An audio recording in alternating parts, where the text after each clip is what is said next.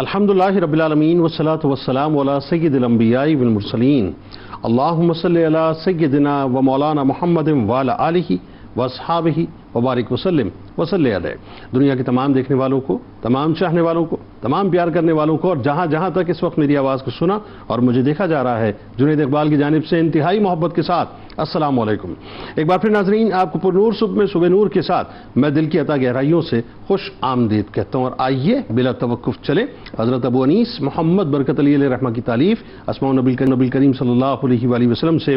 رسول اللہ صلی اللہ علیہ وآلہ وسلم کا ایک اسم مبارک پڑھنے اور سننے کی سعادت حاصل کرتے ہیں۔ سیدنا العارف باللہ صلی اللہ علیہ وآلہ وسلم، ہمارے سردار اللہ کی معرفت حاصل کرنے والے، درود و سلام بھیجے اللہ آپ صلی اللہ علیہ وآلہ وسلم پر، آپ صلی اللہ علیہ وآلہ وسلم کے آل پاک پر، اور صحابہ کرام رضوان اللہ تعالیٰ علیہم اجمعین پر۔ حضرت علی رضی اللہ تعالیٰ عنہ سے روایت ہے کہ میں نے حضور نبی کریم صلی اللہ علیہ وسلم سے سنت کے بارے میں سوال کیا، آپ صلی اللہ علیہ وآلہ وسلم نے فرمایا کہ معرفت الہی میری پونجی، عقل میرے دین کی بنیاد، شوق میری سواری، ذکر الہی میرا غمخوار، پاک بازی میرا خزانہ، اور غم میرا ساتھی ہے۔ جناب ہمارے ساتھ جڑے رہیے، آغاز کرتے ہیں ناظرین کرام، اور آج انتہائی ممتاز بارگاہ میں ہم آپ مل کے چلیں گے۔ ایک بات تو ذہن میں رکھیے ناظرین کہ یہ بر صغیر کی سرزمین پر اللہ تبارک و تعالیٰ کا خاص انعام و اکرام ہے، بلکہ یوں کہیے کہ خصوصی عطا ہے میرے رب کی کہ اس سرزمین پر مختلف زمانوں میں گھرانہ سادات کے کئی ایسے چشم و چراغ تشریف لائے جن کے وجود نے، جن کے کردار نے، اور جن کی تعلیمات کے نور نے ایک جہاں کو روشن کر دیا، منور کر دیا، جن کی جد و جہد مسلسل نے کفر و شرک کی تاریکیوں کو اسلام کے اجالوں سے تبدیل کیا، اور جن کی مصفہ اور مجلہ تبلیغ نے لوگوں کے قلوب و اذہان کو معطر کر دیا۔ انہی عظیم المرتبت ہستیوں میں ناظرین آج 10ویں صدی ہجری یعنی 16ویں صدی عیسوی میں گھرانہ بخاری سادات کے ایک ایسے روشن اور منور چشم و چراغ کی چمک سے اپنے قلوب و اذہان کو چمکاتے ہیں اور ان کا مل کر ذکر پاک کرتے ہیں، جن کے خاندان میں ولایت و شرافت نسل در نسل جاری رہی، جو بر صغیر میں بخاری سادات کے جد سید جلال الدین سرخ پوش بخاری رحمۃ اللہ علیہ کی مبارک آل ہیں، جو اوش شریف کی سرزمین پر مثل آفتاب روشن ہوئے،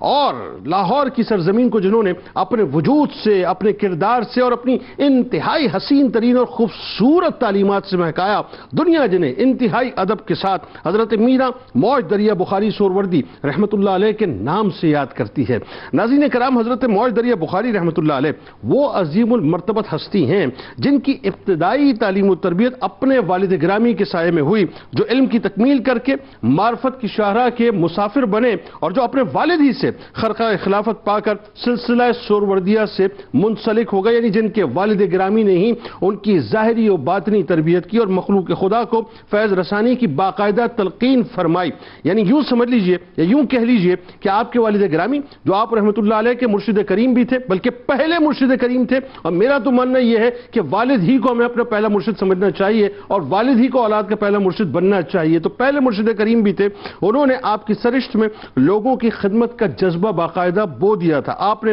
مخلوق خدا کی رہنمائی اور اصلاح کا یعنی باقاعدہ فریضہ انجام دیا، اور اس طرح سے انجام دیا کہ مختصر سے عرصے میں آپ کی بزرگی کا چرچا 4 سو مکمل طور پہ پھیل چکا تھا، بلکہ یوں کہیے کہ آپ کے وجود کی چاشنی، آپ کے وجود کی جو مٹھاس تھی، وہ لوگوں کے قلوب کے اندر پیوست ہو چکی تھی۔ رشد و ہدایت، شریعت و طریقت، جود و سخا، فخر و استغنا، زہد و تقوی اور علم و عمل کے اسپیکر سید موج دریا بخاری رحمۃ اللہ علیہ ناظرین بچپن ہی سے اگر آپ کی شخصیت کو دیکھیں تو ایسا محسوس ہوتا ہے کہ غیر ضروری جتنے بھی مشاغل سے آپ ان سے مکمل طور پہ دور تھے، اور ہر وقت یاد الہی میں مشغول و مصروف رہا کرتے تھے۔ آپ رحمۃ اللہ علیہ ناظرین عہد مغلیہ کے جلیل القدر اولیاء کرام میں شمار ہوتے ہیں۔ عجیب رنگ اللہ تبارک و تعالیٰ نے آپ رحمۃ اللہ علیہ کو عطا فرمایا تھا، صاحب عجیب رنگ عطا فرمایا تھا۔ یعنی ویسے تو آپ ناظرین دیکھیے کہ کسی بھی ولی کا، کسی بھی درویش کا جب آپ ذکر کرتے ہیں اور ان کے جلال کی بات کرتے ہیں، یعنی اس وقت صاحب جلال ہونا ذکر کرتے ہیں یا ان کے غیظ و غضب کی اگر بات کرتے ہیں،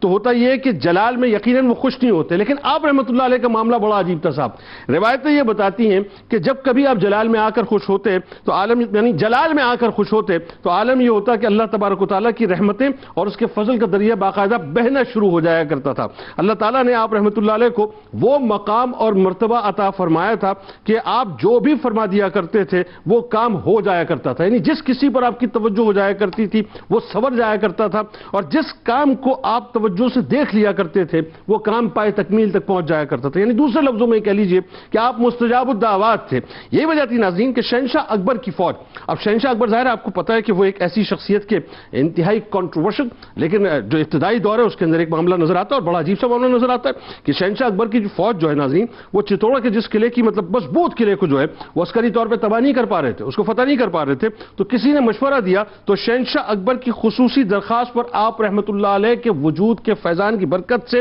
اور آپ کے دعا کے نتیجے سے جو ہے وہ قلعہ مکمل طور پر فتح ہو گیا. پھر ناظرین کرام آپ یہ دیکھیے کہ جب آپ سرزمین لاہور پہ آتے ہیں، یعنی لاہور کی سرزمین کو جب آپ اپنے قدمین شریفین سے اپنے وجود سے منور فرماتے ہیں تو تاریخ یہ بتاتی ہے کہ آپ نے علوم ظاہری اور باطنی کی ترویج کے لیے ہر ممکن کوشش کی اور فیضان حق کو یعنی حاصل کرنے کے لیے آپ کی بارگاہ میں لوگ دور دور سے لاہور تشریف لاتے تھے اور آپ کے دامن سے جو ہے وابستہ ہو جایا کرتے تھے اور نعمتوں سے مالا مال ہوتے تھے. درس و تدریس کا آپ نے خاص انتظام کیا، فقیروں کے لیے اور جتنے بھی خادمین تھے جو بھی آیا کرتے تھے ان کے لیے لنگر خانوں کا باقاعدہ اہتمام کیا، اور 3 بڑے لنگر خانے آپ کو بتایا جاتا ہے کہ وہ چلتے تھے اور مستقل یعنی 24 آورز جو ہے وہ خلق خدا کی آپ خدمت کیا کرتے تھے.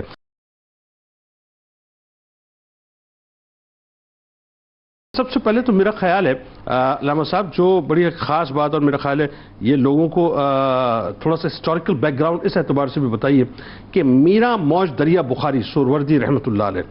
حضرت کے تعارف پہ ایک تو یہ کہ ظاہر ہے سادات گھرانے سے تو خاندانی عظمت کا اگر ابتدا میں ذکر نہ ہو تو پھر لطف نہیں آئے گا،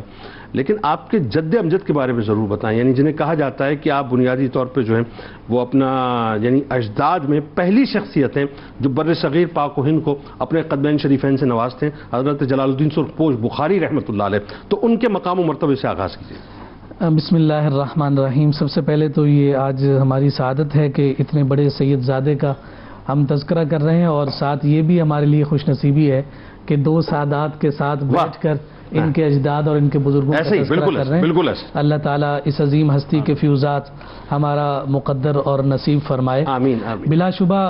بر صغیر پاک و ہند میں جب ہم دیکھتے ہیں تو یہ خاندان اپنی نوعیت کا ایک ایسا خاندان ہمیں نظر آتا ہے کہ جس نے سادات کا خوبصورت نور اس خوبصورت اور اس عظیم سرزمین کو عطا کیا ہے. میں تھوڑا سا اگر تاریخی پس منظر کی بات کرتا ہوں تو جیسا کہ آپ نے بڑے بزرگوں کا تذکرہ کیا ہے، حضرت شیخ سید جلال الدین سرخپوش بخاری رحمۃ اللہ تعالی علیہ، چونکہ آپ ازبکستان کے ایریا بخارا کے رہنے والے تھے، سینٹرل ایشیا، جی سینٹرل ایشیا، اور پھر آپ اسی بخارا کی ہی وجہ سے آپ بخاری کہلاتے ہیں. اگرچہ اصلاً دیکھا جائے تو یہ جو نسل ہے یہ حضرت امام علی نقی علیہ الرحمہ کے ذریعے سے اور ان کے نسب سے چل رہی ہے. یہاں ایک بڑی دلچسپ بات وہ یہ ہے کہ حضرت امام علی نقی کے پوتے،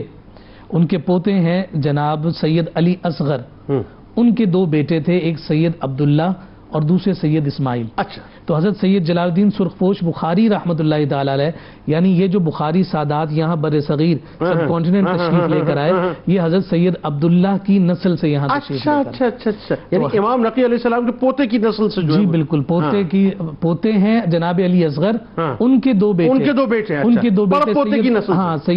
سید اسماعیل اور دوسرے تھے جناب سید عبداللہ. تو یہ نسب جو ہے سید عبداللہ سے یہاں منتقل ہوا. اچھا پھر چونکہ یہ نقوی تو کہلاتے ہیں امام علی نقی کی وجہ سے، لیکن بخارا کی نسبت کی وجہ سے یہ سادات بالخصوص اہتمام کے ساتھ اپنے لیے بخاری کے جو ہے نا یعنی سمجھے کہ لاحقے کو اپنے لیے محبوب تصور کرتے ہیں. اچھا یہ رہا بزرگوں میں کہ علاقہ جو ہے وہ ان کے نام کے ساتھ منسلک ہو گیا، یہ رہا. اچھا پھر ظاہر سی بات ہے کہ یہ جو سادات ہیں نا تو ایریا وائز ان کے مزاج کی جو کیفیات ہیں وہ ہمیں نظر آتی ہیں. یہ جو 2 بزرگ جن کا بھی تذکرہ ہم کر رہے ہیں، ایک بڑے بزرگ سید جلال الدین سرخپوش رحمۃ اللہ تعالی علیہ، اور یہاں دوسرے سید محمد شاہ میرا موج دریا رحمۃ اللہ تعالی علیہ، جب ان کی بات کر رہے ہیں تو بخاری سادات میں لجپالی بہت زیادہ ہے. اچھا. تو آپ کو یہ بڑے بزرگوں میں بھی نظر آئے گی. اور اگر میں جو ہے بہت ہی اپنے لیے سعادت تصور کرتے ہوئے بات کروں تو یہاں میرے خود میں بیٹھے ہوئے بخاری سید محبوب صاحب میں بھی وہ لجپالی آپ کو نظر آئے گی، اور بھی ماشاءاللہ۔ اچھا، حضرت سید جلال الدین سرخپوش رحمۃ اللہ تعالی علیہ بخارا سے تشریف لائے تھے، پہلے بکھر، اور پھر بکھر سے آپ نے جو ہے نا اس علاقے کی طرف آئے، اور یہ جو علاقہ ہے یہ دیو سنگھ کہلاتا تھا۔ اچھا جی، دیو گڑھ کہلاتا تھا جی۔ راجہ دیو سنگھ نامی جو ہے وہ ایک سلطان تھا، راجپوت خاندان تھا، اور آپ نے آ کر انہیں دعوت و تبلیغ کا سلسلہ کیا اور اسلام لانے کی دعوت دی۔ یہ تو ایمان نہ لایا، لیکن اس کی بیٹی تھی جس کا نام تھا اونچا رانی۔ اونچا رانی جو تھی وہ ایمان لے کر آ گئی،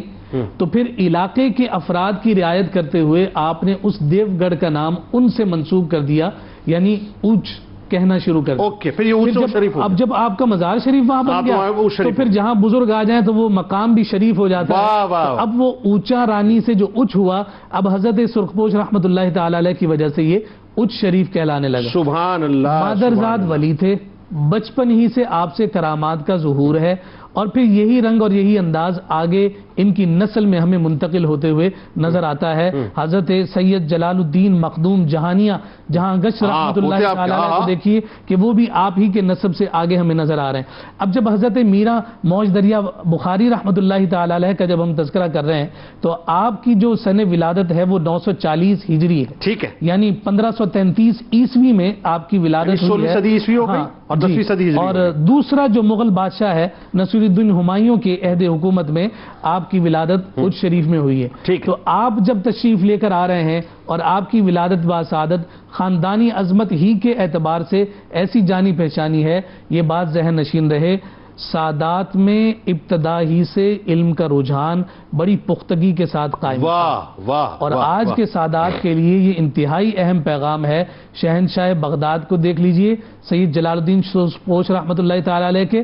والد بزرگوار کو دیکھ لیجئے کہ بخارا میں نہ صرف عالم بعمل کہلاتے ہیں بلکہ آپ نے خود حضرت جلال الدین سرخپوش رحمۃ اللہ تعالی علیہ کو ساری تعلیم دی، اور پھر حضرت موج دریا بخاری رحمۃ اللہ تعالی علیہ کی شخصیت میں بھی ہمیں نظر آتا ہے کہ آپ کے والد نے جو سب سے پہلا کام ان کے لیے کیا وہ تعلیم و تربیت۔ اور آپ یہ دیکھیے بڑی خاص، میں اس بارے میں عموماً میں جب بھی حضرت جلال الدین سرخپوش بخاری رحمۃ اللہ علیہ پر پروگرام کرتے ہیں یا بہاؤالدین زکریا ملتانی رحمۃ اللہ علیہ پر پروگرام کرتے ہیں، آپ یہ دیکھیں کہ بہاؤالدین زکریا ملتانی رحمۃ اللہ علیہ سے جو ہے وہ آپ آ کے مرید ہوئے، اب سادات گھر بخاری سادات ہیں، لیکن وہی بات ہے کہ علم حاصل کرنا اور علم کی جستجو جو ہے۔ اچھا، اب اس میں ایک اور جو خاص بات ہے وہ چونکہ ابتدائی تعلیم و تربیت کا ایک مختصر سا حوالہ آیا، یہ آپ بتائیے، اور یہ بڑی امپورٹنٹ بات ہے کہ ایک تو ہے کہ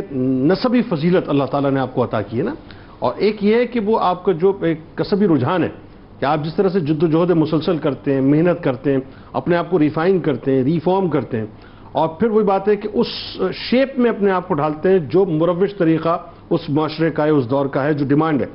اور پھر ظاہر ہے اس کے ساتھ وہ جو پھول اور جھالریں لگی ہوئی ہوتی ہیں نسب کی تو لگی ہوئی ہوتی ہیں۔ تو ابتدائی تعلیم و تربیت کیسے ہوئی، ایک بات۔ دوسرا، سلسلہ سہروردیہ کا تعارف بھی ضرور کروائیے کہ اس سلسلے کا کیا میکانزم ہے، کیا مقام و مرتبہ ہے، اور اس سلسلے میں کس انداز سے آپ کی بیعت ہوئی، آپ کو خلافت کس طرح سے ملی، فرمائیے۔ بسم اللہ الرحمن الرحیم۔ بہت شکریہ، اور بہت ہی اہم موضوع پر، بالخصوص پاکستان بر صغیر کے اندر تصوف کی اہمیت اور اس میں بزرگوں کردار کے حوالے سے یہ سوال یقیناً اہمیت کا حامل ہے۔ تو آئیے سب سے پہلے تو یہ دیکھیں کہ تصوف یعنی جب ابتدا میں اسلام میں قرآن و سنہ کا رواج ہوتا ہے، اس کی بنیاد کے اوپر علوم و فنون مروج کیے جاتے ہیں، تو عقل اور تجربے کی بنیاد پر انفرادی سطح پر جب تصوف پھیلنا شروع ہوا بصرہ سے، تو بصرہ سے آنورڈ جب بغداد میں ہم پہنچتے ہیں تو یہ انفرادی رجحانات تصوف کے حوالے سے یہ اجتماعی اور ایک بھرپور تحریک کی صورت اختیار کرتے ہیں۔ بالخصوص جو ٹرننگ پوائنٹ اس پوری ہسٹری آف مسٹسزم میں آتا ہے اسلامک میں، اس میں حضرت امام غزالی رحمۃ اللہ تعالی علیہ کا ہے کہ جنہوں نے بہت ہی سسٹمیٹائز اور منظم انداز میں تصوف کے تجربے کو نہ صرف اس کا دفاع فرمایا، بلکہ پھر جب وہ اس کی ایک گروتھ ہوئی پوری کی پوری مسلم سویلائزیشن کے مختلف جو سیٹس آف سویلائزیشنز تھی وہاں پر، تو آپ کو نظر آتا ہے کہ ایک ریفائنڈ، ایک بہت ہی شریعہ ریگولیٹڈ تصوف کی پریکٹسز ہمارے سامنے آتی ہیں۔ اور دوسری بات یہ ہے کہ بغداد پھر وہ جو سیٹ آف سویلائزیشن تھی وہاں سے ہمیں نظر آتا ہے کہ ایک طرف اس کا یعنی دخول ہوتا ہے ایک طرف یہ جاتی ہے ہندوستان کی طرف اور دوسری طرف اندلوسیا اور مغرب اور افریقہ کی طرف. Very good. جب یہ بر صغیر میں آتی ہے تو اس میں جو کی پرسنالٹیز آتی ہیں ان میں حضرت عبد القادر گیلانی رحمۃ اللہ تعالی علیہ اور حضرت ابو حفص عمر سہروردی رحمۃ اللہ تعالی علیہ. اور جو مورخین لکھتے ہیں کہ حضرت ابو حفص عمر سہروردی سلسلہ سہروردیہ کے بہت بڑے بزرگ اور جن سے بنیاد پڑتی ہے اس سلسلے میں آگے بڑھنے کی، انہوں نے ایک بہت ہی منظم اور منصوبہ بندی کے تحت مختلف جامعات کو قائم فرمایا. اور ان جامعات کا عالم یہ تھا کہ بغداد شریف کے اندر ان جامعات میں افریقہ، مغرب اور ہندوستان سے مختلف علم کے موتی سمونے کے لیے لوگ بہت دور دور سے سفر کرتے اور یہاں پر آ کر زانوئے تلمس طے کرتے، علماء کے بھی اور مشائخ کے بھی. لہذا اور پھر میں یہاں پر ایک بڑی ضروری بات سمجھتا ہوں کہ یہاں پر ضرور مینشن کیا جائے، وہ ہے ہمارے جو بزرگ ہیں حضرت سلسلہ سہروردی کے. یہ جو کمال ہے اس سلسلے کا، اس میں سے پہلا کمال تو یہ ہے کہ خانقاہیں تو تمام سلسلوں میں ہوتی ہیں، لیکن سلسلہ سہروردیہ کے اندر جب خانقاہوں کا قیام ہوا تو نہایت منصوبہ بندی کے تحت اس کی پوری گروتھ دنیا میں ہمیں نظر آتی ہے کہ کہاں خانقاہ قائم ہونی چاہیے، اس کے بیسک آبجیکٹیوز کیا ہیں. یہ منظم منصوبہ بندی ہمیں سلسلہ سہروردیہ میں خاص نظر آئے گی. دوسری بات عام طور سے دیگر سلسلوں کے اندر بادشاہوں کی اصلاح کا اہتمام اس لیے نہیں کیا جاتا چونکہ وہ اہل اقتدار ہوتے ہیں اور یعنی بیسیکلی وہاں پر پیسہ اور یہ تمام چیزیں ہوتی ہیں تو لوگوں نے اوائڈ کیا. لیکن سلسلہ سہروردیہ کے بزرگوں کا کمال یہ ہے کہ آپ نے بادشاہوں کی اصلاح کا بھی اہتمام فرمایا. دو باتیں ہو گئیں. تیسری بات یہ ہے کہ اس بادشاہوں کی اصلاح کے عمل کے اندر آپ نے عوام الناس کو ترک نہیں کیا، بلکہ اس اصلاح کا نتیجہ عوام الناس کی آسانی میں یوں نکلا کہ کہیں پر آپ کی ریکمنڈیشن، ایڈوائزز اور سجیشنز کی بنیاد کے اوپر عوام الناس کے اوپر جو ٹیکسز کا بوجھ تھا وہ بھی کم کیا گیا. تو لہٰذا یہ کمال ہے سلسلہ سہروردیہ کا. اور پھر جب ہم بر صغیر میں آتے ہیں تو بر صغیر میں یعنی حضرت میرا موج دریا رحمۃ اللہ تعالی علیہ کا جو سلسلہ ہے، اس کے اندر اگر ہم دیکھیں تو جلالیہ سلسلہ سہروردیہ کے ساتھ ان کے توسط سے جڑتا ہے. اور جیسے کہ اس سے پہلے ذکر ہوا کہ 16ویں صدی یعنی 1533 میں آپ پیدا ہوتے ہیں. آپ کے والد گرامی، آپ کا نام سید محمد شاہ ہے،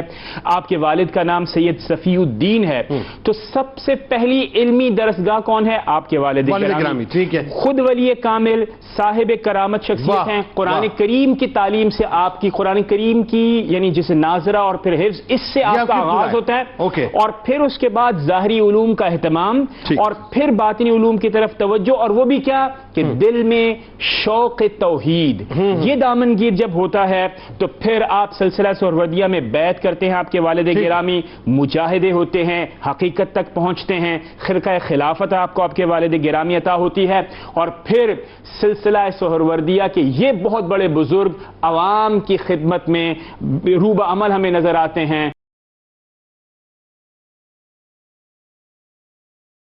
میں چاہوں گا کہ اسی رب کو یہیں سے جوڑ لیجئے کہ باوجود اس کے کہ ظاہر اکبر کا جو اپنا کردار تھا، لیکن اگین وہی بات آ گئی کہ اگر ملک کی مفاد میں، ریاست کی مفاد میں، یا یوں کہہ لیجیے کہ عوام کے مفاد میں کوئی کام ہے تو اس کو بخاری سادات نے یا خاص طور پر سلسلہ سہروردیہ کے جو بزرگ ہیں یا ویسے بھی درویشوں نے جو ہے کبھی انکار نہیں کیا. جلال الدین اکبر کی آپ رحمۃ اللہ علیہ کی خدمت میں جو قلعہ چتوڑ کا جو پورا واقعہ ہے، ذرا وہ بتائیے کہ وہ چتوڑ کا جو قلعہ فتح نہیں ہو رہا تھا اور طاقت کا بڑا برملا اور بھرپور استعمال ہو رہا تھا، سامنے جو فوج تھی اس تو وہ جو منظر نامہ تھا وہ کیا تھا؟ یعنی شہنشاہ اکبر کی جانب سے جو ہے وہ خاص طور پر آپ رحمۃ اللہ علیہ کی خدمت میں کیا عریضہ پیش کیا گیا اور پھر کس انداز سے آپ کی دعائیں جو ہیں مستجاب ہوتی ہیں اور وہ قلعہ فتح ہوتا؟ فرمائیے. بسم اللہ الرحمن الرحیم. حضرت میرا سید محمد شاہ المعروف موج دریا بخاری رحمہ اللہ کی بارگاہ میں آج ہدیہ عقیدت پیش کرنے کے لیے حاضر ہیں. اور یہ وہ ہستی ہیں، یہ بزرگ وہ ہستی ہیں کہ جو عہد مغلیہ کے جلیل القدر جو ہے ولی ہیں. اور بالخصوص اگر ہم بات کریں تو مغل حکمرانوں میں اکبر کو ایک ممتازی حیثیت حاصل ہے کہ جو شہرت اس کو حاصل ہوئی تو شاید اور کسی کے حق میں نہ آئی. جنید بھائی، معاملہ یہ ہے کہ جب اکبر اپنی پوری فورسز کے ساتھ، پوری آرمی کے ساتھ لشکر کشی کرتا ہے چتوڑ کے قلعے کو فتح کرنے کے لیے، وہ ایک میسو کیسل تھا، بہت بڑا ایک کیسل تھا، بہت بڑا قلعہ تھا، اور وہ فتح نہیں ہو رہا تھا۔ تو جب وہ اپنی مشاورت کرنے کے لیے بیٹھا اپنے درباریوں کے ساتھ، تو کسی نے کہا کہ یہ ایک صورت میں فتح ہو سکتا ہے کہ اگر حضور موج دریا بخاری رحمت اللہ تعالی علیہ کو ساتھ لے جایا جائے اور ان کے ذریعے دعا کروائی جائے تو یہ چیز، یہ قلعہ جو ہے وہ فتح ہو جائے گا۔ ٹھیک۔ اچھا، اکبر اگرچہ وہ ایک، جیسے کہ آپ نے بھی ذکر کیا کہ ایک متنازع شخصیت تھا، لیکن بہرحال حضور موج دریا بخاری رحمت اللہ تعالی علیہ کا وہ معتقد تھا، آپ کے ساتھ عقیدت رکھتا تھا۔ چنانچہ اس نے اپنے کچھ لوگوں کو بھیج دیا حضرت موج دریا بخاری رحمت اللہ تعالی علیہ کی بارگاہ میں کہ جائیے حضرت کو لے کر آئیے اور ہم پھر ان کے ذریعے جو ہے وہ قلعہ فتح کرتے ہیں۔ وہ لوگ آتے ہیں، حضور کی بارگاہ میں حاضری دیتے ہیں، تو جب وہ آتے ہیں تو حضرت یہ کہہ کر ان کو واپس کر دیتے ہیں کہ ابھی تو نہیں، لیکن کل ہم اس سلسلے کو جاری کریں گے۔ تو وہ کہتے ہیں کہ حضور ہمیں کیسے پتہ چلے گا کہ آپ کی تشریف آوری ہو رہی ہے؟ اب یہاں پر وہ ایک بڑا تاریخ ساز جملہ فرماتے ہیں کہ جب تم لوگ وہاں پر اپنے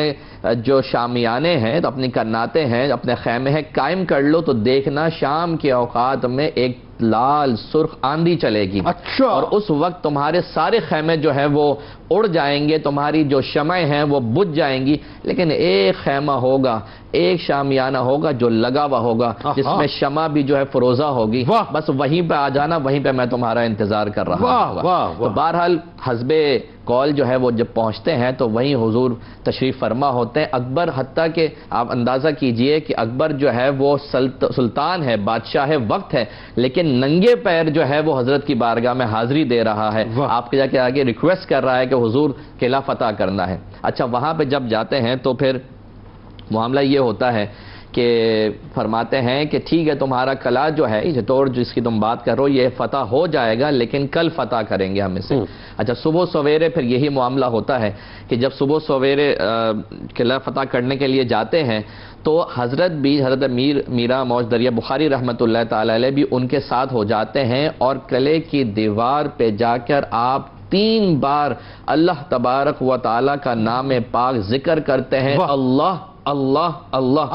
یہ ذکر کرنا تھا، وہ قلعہ فتح ہو جاتا ہے۔ یعنی یہاں پر صوفی نے اپنا نام نہیں لیا، یا عموماً لوگ جو کہتے ہیں کہ صاحب مطلب وہ پتہ نہیں کیا کیا منتر پڑھ رہے ہوتے ہیں، ایسا بہت کلیئر اور واضح طور پہ بتلایا کہ اللہ ہی اصل طاقت ہے۔ بالکل حضور، اصل میں بات یہ ہے کہ اللہ تبارک و تعالیٰ کے نیک بندے جب اللہ پاک کا نام لیتے ہیں تو حضور علیہ السلام ارشاد فرماتے ہیں، بخاری کی روایت،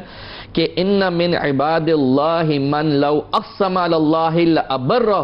کہ اللہ پاک کے کچھ بندے ایسے ہیں جو کسی معاملے پر اللہ پاک کی قسم کھا لیں تو اللہ پاک ضرور اس کو پورا کرے۔ سبحان اللہ۔ اور ان کا نام لینا کیسا، یہ بھی ذرا اللہ سے بات کیجئے نا، کہ ہم تو دن میں کتنی مرتبہ اللہ اللہ کر رہے ہوتے ہیں، لیکن وہ بات ہے وہ کیفیت تاری نہیں ہوتی، ان کا ایک مرتبہ اللہ کہنا جو ہے وہ عرش کو ہلا دیا کرتا ہے، عرش کو ہلا دیا کرتا ہے۔ تو بالکل، اور یہی میں آپ کو عرض کروں کہ یہی جو ہے وہ اسم اعظم ہے۔ حضرت ملا علی قاری رحمت اللہ تعالی علیہ فرماتے ہیں کہ حضور نے فرمایا کہ اسم اعظم یہ وہ اسم ہے جس کے ذریعے اگر کوئی دعا کرتا ہے تو اللہ پاک اس کو لازمی پورا فرماتا ہے، اور فرمایا کہ جمہور علماء کا قول یہی ہے کہ اس میں جلالت اللہ جو ہے وہ اسم اعظم ہے۔ اسی طرح ایک اور بزرگ فرماتے ہیں کہ جو شخص اپنی زبان سے اللہ اللہ کی صدائیں بلند کرتا ہے تو اللہ پاک اس کی زبان میں وہ تاثیر رکھ دیتا ہے کہ جو وہ کہتا ہے اللہ پاک اس کو قبول فرماتا ہے، یہ اس کے اوپر خاص کرم ہوتا ہے۔ اور پھر بہرحال جب یہ قلعہ جو ہے وہ فتح ہو جاتا ہے تو جو بادشاہ وقت ہوتا ہے، اکبر ہوتا ہے، وہ آپ سے بے حد راضی ہوتا ہے، بے حد خوش ہوتا ہے، اور آپ کی بارگاہ میں کچھ عرض کرنے کے لیے، کچھ پیش کرنے کے لیے حاضر ہوتا ہے۔ تو حضرت میرا موج دریا بخاری رحمت اللہ تعالی فرماتے ہیں کہ مجھے واپس اس شریف جانے دیا جائے، لیکن چونکہ بادشاہ وقت نے ایک عرض کی تھی، ایک استدعا کی تھی، تو آپ نے اس کی طرف سے یہ ہدیہ قبول کیا کہ بادشاہ وقت نے آپ کو 2 لاکھ کم و بیش 2 لاکھ بیگھہ اراضی کی زمین جو ہے وہ تحفتاً ہدیہ کرائی تھی۔ تو یہ بہرحال پہلے کے لوگوں کا طریقہ ہوا کرتا۔ لاہور میں آپ نے اسٹے کیا، اس کے بعد لاہور میں آ کے آپ نے جو ہے قدم رنجہ فرمایا، ٹھیک۔ کثیر تعداد میں جو ہندو راجپوت تھے وہ بنیادی طور پہ آپ کی بارگاہ میں آ کے ایمان لاتے ہیں اور مسلمان ہوتے ہیں۔ یعنی صوفیہ نے کیا کام کیا؟ صوفیہ نے یہ کام کیا کہ لوگوں کے قلوب کو تبدیل کر دیا، اپنی میٹھی تبلیغ کے ذریعے سے، اپنی اثر انگیز تبلیغ کے ذریعے سے، اپنے لنگر خانوں کے ذریعے سے، اپنے دسترخوانوں کے ذریعے سے، اپنے کردار کے ذریعے سے، اس کی چمک کے ذریعے سے خاص طور پہ جو ہے وہ ان کو داخل ایمان کر دیا، داخل اسلام کر دیا. تو ایک بات تو یہ بتائیے. دوسرا ان کی کرامات کے بارے میں بھی ضرور ہمیں بتائیے کہ اللہ تبارک و تعالیٰ نے جو تصرف آپ کو عطا فرمایا. ایک تو یہ کہ یہ بھی ضرور فرمائیے آپ مستجاب الدعوات تھے، جو دعا فرماتے تھے وہ قبول ہو جاتی تھی. فرمائیے. بسم اللہ الرحمن الرحیم. یقیناً صوفیہ کرام کے حوالے سے جب آپ نے یہ ارشاد فرمایا تو ہمیں یہ نظر آتا ہے کہ جب بغداد سے ہندوستان میں یہ ہمارے بزرگ تشریف لائے جو کہ اہل تصوف کہلاتے ہیں، اہل عرفان کہلاتے ہیں، تو قرآن کریم میں جب یہ ارشاد ہوا کہ ادعو الی سبیل ربک بالحکمہ والموعظۃ الحسنہ وجادلہم باللتی ہی احسن، یعنی دعوت اسلام کا انداز میں ایک حکمت ہے، ایک موعظۃ الحسنہ ہے، اور ایک ایسا انٹریکشن ہے جو کہ بہت زیادہ کمفرٹنگ ہو، بہت زیادہ بہترین ہو. اب اگر ان انداز کو آپ دیکھیں تو ایک تو حکمت کو آپ دیکھیے اور دوسرا احسن انداز. تو آپ یہ دیکھیے کہ ایک طرف ہم پوری یعنی جو یورپین سویلائزیشن جسے آج اس بات پر فخر اور غرور ہے کہ وہ سویلائزیشن ہے، جب اس نے اینٹائی سیمائٹزم کے تحت لوگوں کو انڈرمائن کرنا شروع کر دیا، ڈسکریمنیٹ کرنا شروع کر دیا، جو آج کے جو جدید مسائل ہیں ان کی جڑوں میں بیٹھا ہوا ہے اینٹی سیمائٹزم. تو آپ غور کیجئے کہ ان بزرگوں نے جب یہ ہندوستان میں تشریف لائے اور جب یہ اندلوسیہ اور افریقہ میں تشریف لائے، انہوں نے کسی کے ساتھ کوئی امتیازی سلوک نہیں کیا، کسی کے ڈفرنس کو سٹیریوٹائپ نہیں بنایا، بلکہ محبت کے دامن کو اتنا پھیلایا کہ یہ آپ کی سویلائزیشن اور آپ کی تہذیب کا حصہ بن گئے. تو قرآن کریم کی یہ آیت مبارکہ کہ حکمت کے ساتھ معاملہ کیا جائے، جادلہم باللتی ہی احسن والا معاملہ کیا جائے، تو یہ بہت بہترین انداز میں کم از کم ان بزرگوں کے اوپر صادق آتا ہے. پھر آپ دوسری بات دیکھیے کہ حضور پرنور حضرت محمد مصطفیٰ صلی اللہ تعالیٰ علیہ وسلم نے ارشاد فرمایا جب دعوت کے لیے لوگ جاتے ہیں تو آپ فرماتے بشروا ولا تنفروا یسروا ولا تعسروا، یعنی لوگوں کے لیے آسانی پیدا کرنی ہے. جب یہ بزرگ گئے تو یقیناً اپنے سراپے کے اندر تو دعوت اسلام تھی، یقیناً یہ اپنے یعنی جسے آپ یہ کہتے ہیں کہ اپنی پریزنس سے یہ بتاتے تھے کہ ہم حضور پرنور حضرت محمد مصطفیٰ صلی اللہ تعالیٰ علیہ وسلم کے تربیت یافتہ داعی ہیں. لیکن بعض اوقات زبان سے اگر نہ کہتے تو کردار کہتا، اور کردار کیا کہتا کہ لوگوں آؤ اپنے مسائل ہمارے سامنے لاؤ، ہم تمہارے مسائل کو حل کریں گے اور تمہاری زندگیوں میں آسانی لے کر آئیں گے. اور پھر اس کی دیگر مسائل آپ دیکھیے کہ جن میں سے ایک تو میرا خیال ہے کہ بہت یہاں پر موضوع بنے گا معاملہ کہ لوکل کمیونٹی کے جو زمیندار ہیں یہ آئے مزنگ کے حوالے سے، اور انہوں نے آ کر ایک گزارش کی کہ اے اللہ کے بزرگ، آپ اللہ کے بزرگ ہیں، ہمارے لیے دعا فرمائیے کہ ہماری جو زمینوں کا جو پانی ہے یہ کھارا ہے، تو آپ دعا فرمائیے کیونکہ اس کی وجہ سے ہمارے لیے بہت پریشانی ہے کہ فصلیں ہماری تباہ ہوتی ہیں، وہ اتنی پروڈکٹیو نہیں ہوتی، لینڈ فرٹائل رہتی نہیں ہے، تو مسائل ہیں ہماری زندگیوں کے اندر. تو حضرت میرا نے موج دریا نے اس کے اوپر دعا فرمائی، آپ کی دعا قبول ہوئی، اور آج بھی مورخین لکھتے ہیں کہ وہاں پر پانی میٹھا یہ صرف ایک ایگزامپل ہے، یہ صرف ایک ایگزامپل ہے جس سے آپ یہ سمجھ سکتے ہیں کہ ان بزرگ ہستیوں کی صرف پریزنس وہاں کے اہل علاقہ کے لیے باعث عزت بھی بنا، آسانی بھی بنا، اور اس نے اسلام کا وہ پیغام پہنچایا جس کے خلاف آج مغرب پروپیگنڈا بھی کر رہا ہے، لیکن پھر بھی ماننا پڑتا ہے کہ یہ بزرگ باعث نعمت تھے، یہ بزرگ امن کا پیغام لے کر آئے تھے، اور یہ بزرگ ایسے تھے جو کہ انکلوسیو تھے. دیکھیے جنید بھائی، میں ایک چھوٹی سی بات یہاں پر کہوں گا چونکہ اسلام اور مغرب کی بات ہو رہی ہے. آج مغرب اربوں ڈالرز اسپینڈ کرتا ہے کس پالیسی کے اوپر؟ The policy of integration and inclusiveness. آپ یہ دیکھیے کہ ان بزرگوں کا کمال کیا ہے، انہوں نے نہ رنگ، نہ نسل، نہ زبان، نہ کسی دین کی بنیاد کے اوپر اتنی تفریق کی کہ لوگوں کے اندر نفرتیں پیدا ہوں، بلکہ ہر داخل اور خارج ان دونوں کو ایک ساتھ بٹھا کر ان کے مسائل کو حل کیا، اور پیغام امپلیسٹلی کیا تھا اور ایکسپلیسٹلی کیا تھا؟ وہ تھا آئیے اس دین کے اندر خادم بن جائیے، لوگوں کی خدمت کیجئے، آپ اپنی معراج یعنی نبی اکرم صلی اللہ تعالی علیہ وسلم سے محبت اور پھر اللہ رب العزت کی توحید کے ہی ماننے والے بن جائیں۔ آپ دیکھیے سبحان اللہ، آپ دیکھیے جب ان کو یہ چیلنج کیا گیا کہ آپ اپنے سید زادہ ہونے جو ہے اس کے بارے میں پروف کیجئے، تو آپ نے کتنی عاجزی کے ساتھ جو ہے وہ کرامت بھی دکھلا دی اور یہ بھی بتلا دیا کہ سیدوں کو چیلنج نہیں کیا جاتا۔ فرمائیے ذرا۔ اچھا، اس حوالے سے میں یہ کہوں گا کہ یہ جو کہ آپ کا جو مزاج بھی ہے اور وہ جلالی تھا، تو ایک معترض اعتراض کرتا ہے کہ سنیوں جو سید ہیں ان کو تو آگ ہی نہیں لگتی، ٹھیک ہے، اور پھر اس نے یہ کہا کہ سید جو ہے وہ بنیادی طور پر ایسا ہوتا ہے کہ اس کو آگ نہیں لگتی، کیوں؟ بالکل اس نے مثال دی کہ لکڑی کی دیگ جس طرح دیگ بننے کے قابل نہیں ہوتی، چونکہ جب آپ اس کو جلائیں گے تو جل جائے گی، تو اسی طرح انہوں نے یہ بتایا کہ سید کو آگ نہیں لگتی۔ پھر انہوں نے ایک پرانا مثال بھی دی اور چیلنج کیا کہ آج کے سید یا پتہ نہیں آپ اصلی سید ہیں یا نہیں، اس انداز۔